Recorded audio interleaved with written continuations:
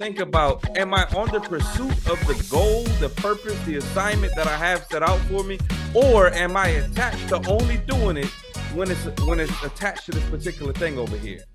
Welcome to the Elevation Change Podcast, episode 5.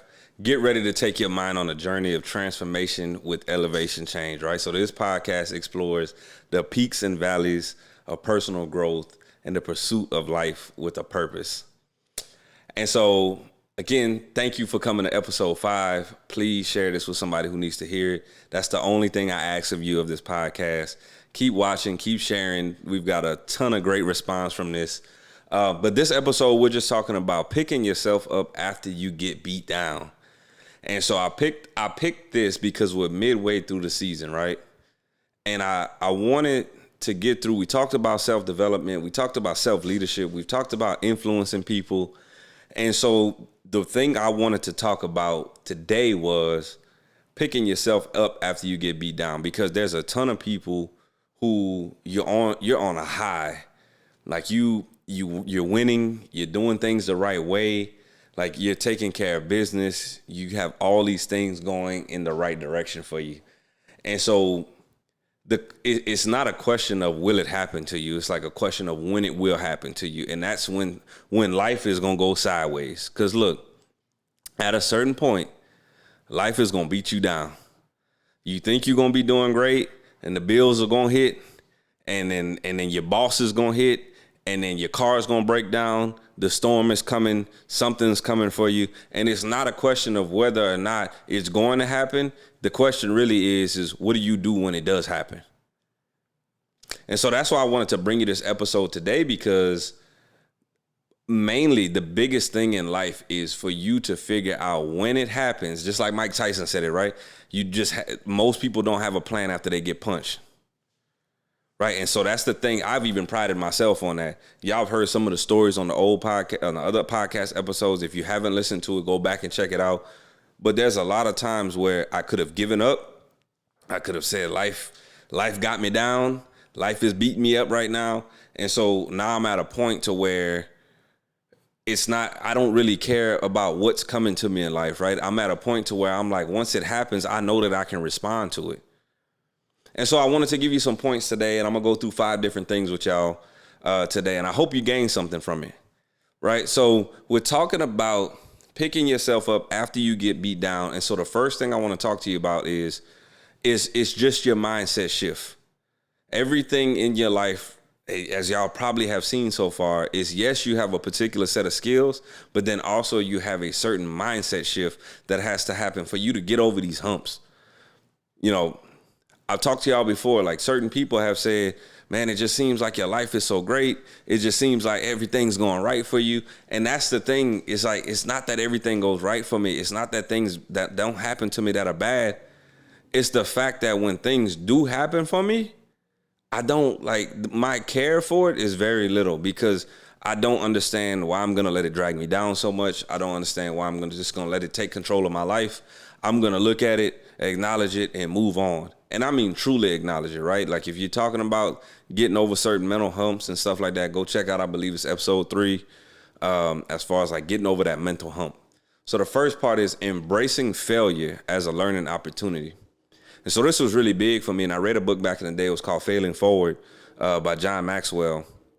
And so basically in the book, it was always talking about how when certain opportunities happen, when certain things happen, it's like, what's the lesson from it? How do I fail forward from here? When's the next time I can fail? Because that means I'm figuring something out that I previously didn't know. And I really embraced that mentality, because as I told you, I played football, got ruled ineligible. I was doing bad in school. I've been told that I couldn't lead teams before. Like, I come from a single parent household. Like those things, like if I don't look at them and say, okay, I'm going to embrace what's happening right now and take this as a learning opportunity, I don't learn my lesson. See, I firmly believe that in life is going to throw particular things at you. Life is going to throw curveballs, knuckleballs, whatever you want to call it, right? It's going to hit you in the face. But you have to ask yourself, when it does happen, what can I learn from it? because I'm a firm believer that if you don't learn the principle or whatever's coming from you from that particular situation, life is just gonna keep throwing it at you. And it's really the way that I look at it, it's like, okay, did you learn now? Okay, nope. Okay, cool. I'm gonna show it to you again. Did you learn now?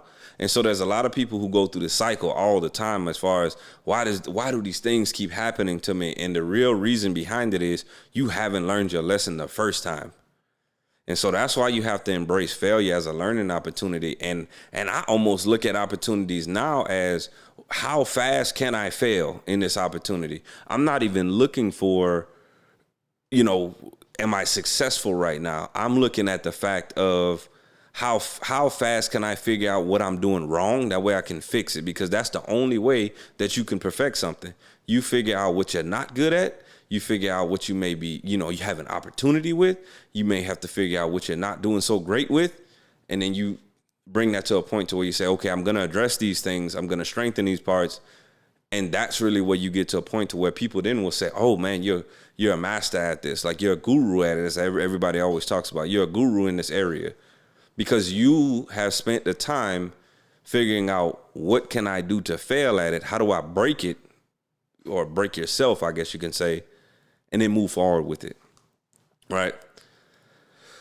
So that brings me into the next part, because you don't need to beat yourself up when it comes to embracing the failure, finding the learning opportunities, and coming to a point to where you're like, okay, how do I fail as far as like fast as I can? Like, that's not really the goal here. The goal is not to get to a point to where I'm failing and I'm beating myself up and I'm dragging myself through the mud and I feel like a complete failure at life and nothing can go right. Because here's what I'm going to say. If you approach every situation as I have actually lost, you're going to continue to lose that life. If you approach things as far as I've learned my lesson and now I've won from learning my lesson, that's the part to where you're going to start bringing yourself to a point to where you have more confidence. You can move better. Like, you're gonna find yourself getting wins that you didn't think about before. And so I always tell this story about lobsters, and shout out to Jordan Peterson for talking about this. And he basically says in the sea, when you have lobsters, right? And this goes into, y'all just bear with me because this is gonna go in the second principle I'm telling y'all about here, right? When you get a win, your posture's better. The way that you speak is better. In the ocean, the lobster gets bigger and it grows. The claws get bigger. The likelihood of that lobster winning the second battle after it fights the first battle and it wins is about 100% according to him. Most of the time, if a lobster loses that first battle, it will continuously lose, but the posture will be bad. The lobster's not going to grow big, and there's a lot of principles that go into your life about it, because the more wins you can get, right? There's a book out there, it's called Make Your Bed. That's trying to give you a small win in the morning to where you can leave your house feeling like you've accomplished something. That looks different for everybody. So ask yourself, and this is that second principle for y'all, practice self-compassion, because you got to give yourself some grace. And yeah, you may be failing at something, and yeah, you may be figuring things out. Yeah, you might be putting yourself in a position to learn whatever opportunities were like given to you. But you got to practice self-compassion, because if you beat yourself up, then you're going to diminish just like the lobster. And your posture is going to be different. The way that you walk is going to be different. The way that you talk is going to be different. You won't have that confidence behind your voice to where I know what I'm talking about and you can't tell me any different, right? Or I'm confident in what I'm presenting to you right now is the right information. You're going to start to talk as if it's one big question. I'm not sure as far as what I'm talking to you about. Even though I know the information might be right, I'm still questioning myself on whether it might be right. So give yourself some compassion. And maybe I'll do an episode one day as far as imposter syndrome, because I don't necessarily believe the overwhelming majority of people that talk about it, that they're truly describing imposter syndrome. For those of you who don't know what imposter syndrome is, it's basically when you're in a situation, you're in a position, you're in a opportunity, you're in a space or whatever it may be, and you still doubt yourself as far as why you should be there. You don't think that you should be in these spaces or rooms or around certain people. But the thing is whenever that's what I said, the overwhelming majority of people, when you're in a space that's new and you're trying to figure it out and you're trying to figure out how do I fail in it, that way I can fix it, it's not imposter syndrome. It's just new. That's all. Like I'm telling y'all, this is the 5th episode of this podcast, and I might have messed up. Y'all might have saw some stuff behind me that you're like, why does he have that? Y'all might have seen a camera shake. Y'all might have seen me mess up on a word. But I got to have self-compassion with myself to say, you know what? That might have happened. I'm moving on with it. It's not the end of the world. There's going to be some things that you try in your life that you do, and maybe it doesn't work out for you, but you learn something from it, and that's okay. So you got to give yourself some grace. See, we live in an era of social media where everything's perfect and the way that you do things has to be perfect, and the lights and the cameras, they're all showing these highlight reels of stuff, and you're looking at your friends on there, they're driving nice cars and they making all this money and all that stuff, and lo and behold, what you don't realize is they spent some money for the weekend and they rented it. It's not theirs. And I'm gonna just call a couple people out right now. I'm looking at you if you watching this, and I know you rented that plane. And I know it never took off from that air run. And you took your pictures. And then you started posting online. This is what a private jet looks like. And this is what happens when you start making money. I'm just calling you out right now. Because what you're showing other people is that all of a sudden you just somehow got to the top and you never failed and you never did anything like incorrect. You didn't have to find your way throughout the process. There's some people out here who are actually doing these things. But the overwhelming majority of people, I'm just telling y'all, go look at the stats.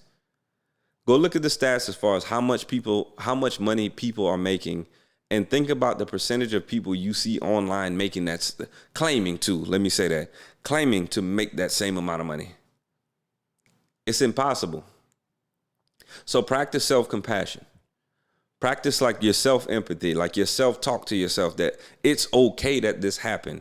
And you know what? I learned something from it, and now I'm moving on. So then here's the third thing, right? And so for this part is, it goes into the next natural step for you're trying to fail, right? And let me use that loosely because y'all not going to clip this for the internet and say, Corey said to try to fail in life. You're trying to fail that way you can learn how to fix whatever it is you need to fix, how to get better at whatever it is. You're practicing the compassion. But see, the third thing is you have to set realistic goals to be able to practice those things. And that doesn't mean undershoot your goal. That way you have this fake goal that's so low that you hit it regardless. And let me expound on that for a second. There's a lot of people in life that I will ask, what is it that you're trying to accomplish this month? And they will say, and here's what I'm saying. I'm talking to people that I understand where they are in their particular life, financially, mentally, all that stuff. We've had those conversations. And I say, what are you trying to accomplish this month? And they will say, well, what I would like to do is to make sure that I come home and cook dinner for my kids every day.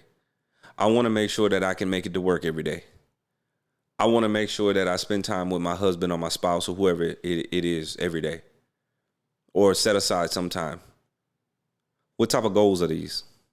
Now, if you're some CEO, you're ripping and running, you have no time for yourself. You have you have to schedule things. I've been around those people where they literally have to schedule dates with their wife. I get it. But for the overwhelming majority of people, we're not that busy.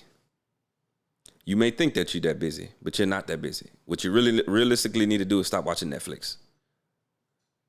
But you need to set realistic goals. Right? Something that's going to push you.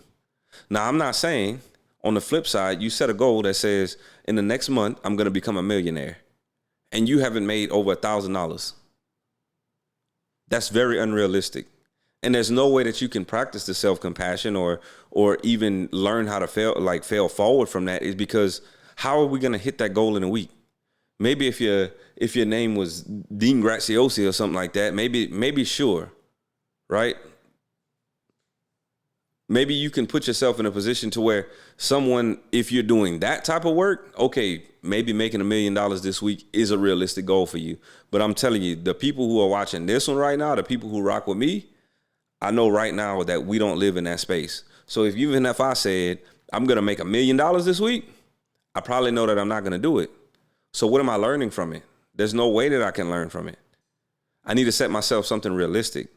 Maybe that's, can I make $1,000 this week? Can I make a 7-figure gig? Can I make a 6-figure gig?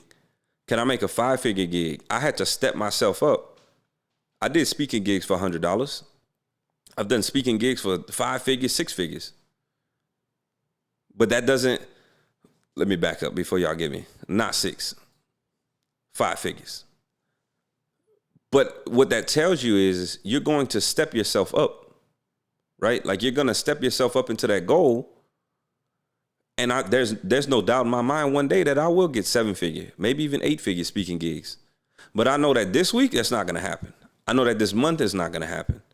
It's going to take time for me to get there. So what goal can I set, right? What goal can I set in certain things and put people in certain places or put my mentality in a certain spot to where that I can do that? See, a lot of times I'll talk to people about working out. And they'll say, hey, you know what? I want to start working out. Okay, cool. Well, how often are you going to do it? I'm going to try to go 7 days a week. Is that a realistic goal for yourself? Or is it going to be struggling? Maybe it needs to be 3 times this week. How long is that going to be, right? When you go to the gym, am I just showing up? Is that going to be a 30-minute session? Is it going to be an hour session? What time am I going to go? And make sure that those are realistic goals that you can set. So you didn't undershoot yourself by saying, as long as I go this week, I've hit my goal. No, how many times are you going to go? See, sometimes when you take your team, you'll say, hey, I'm trying to set realistic goals with them. I'm trying to get them in the right spot. You're thinking to yourself, like, how can I better myself? Obviously, you're listening to this podcast. And then a lot of people will say, I want my team to go to number 1 today in your entire department. How is that going to happen? So I know some businesses it can, because things can change in an instant. But in other places, maybe it takes you a month to get to number 1. Maybe it takes you a full 30 days. Maybe you work 21 days during the month and you don't work every single day during the month. And it takes that whole 21 days for you to get to number 1. But set a realistic goal that's going to stretch and push you to that goal. And maybe sometimes you don't hit it, but you're damn close to it. And next month, whenever you try again, you'll be even closer to it. And maybe you hit it at that point. And so I want you to start to think about that. What goals are you actually setting? Because there are too many people who are either setting like overwhelming goals that we know we aren't going to hit, or they're setting very underwhelming goals, and then it's not worth very much because you're going to hit them just in your natural day of doing anything. It's almost as if saying, hey, one of my goals is to eat food today. Well, I'm pretty sure you might accidentally do that. And so here's the next one. And I just had a good conversation with a friend of mine about it. And really on this journey, and this is for anybody who's in leadership, anybody who is an entrepreneur, anybody who's starting something, anybody really realistically who's forging a path that they haven't seen forged already for maybe their family, friends, whoever, cousins, whatever, is that you have to seek support from other people. So a lot of times we live in this world of self-made. I'm a self-made this. I'm a self-made that. Like I did it by myself. Yeah, that's cool. But at the same time, I feel like you're lying. And here's what I'm going to say. I know you're lying because I lived that life. And see, there's something inside of you that you have to start to, and I'm going to just talk as a guy at this point. There is so much pressure on guys to do particular things, to live up to a particular standard, to provide certain things in their household, in life, at the workplace, wherever it may be. You have to seek support from other people, because guess what? Everybody has that negative side to them. And you're probably sitting there beating yourself up all day. And I used to be this person too. You beat yourself up all day because you're not where you want to be. And you're trying to think about how do you make it there. You're trying to figure out how do I get there, and you have no clue how you're going to do it. That's where the support from other people come in. And you set your goals, and yeah, you're compassionate with yourself, but you have a level of patience and patience to yourself that you want to be there now, but you understand that it takes time. But see, the thing is you have to look at that negative self-talk, and you have to be able to address it.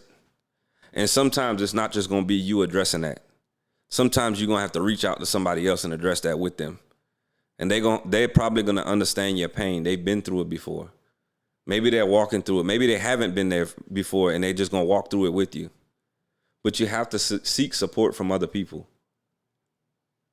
See, I don't very much live around too many people. I don't hang around very many people who sit in the zone of negativity all day. I hang out with the overwhelming majority of people that you will always see me around. Yeah, they have bad days. Yeah, there's probably something not going on right in their life right now. Yeah, they might be thinking to themselves, I'm not worthy of being in this situation. Maybe I'm not as good as I think I am. Maybe I don't deserve this particular thing or whatever. And then you have to squash that self-talk. See, that's the area that I live in. Anybody who's around me, they live in an area where we understand that I might wake up today and feel like that I'm not worthy of this. But they're going to squash it. They're going to move on with the day. And they're going to find a way to healthily, I should say, like in a healthy way, address that negativity within themselves. They're not just going to suppress it and move on. They're not just going to sit in an area where I'm going to just let it eat me alive on the inside. No, we address that healthily and then we move on from it because we know we're worthy of it. We know what type of skill set we have. We know what we've built in ourselves.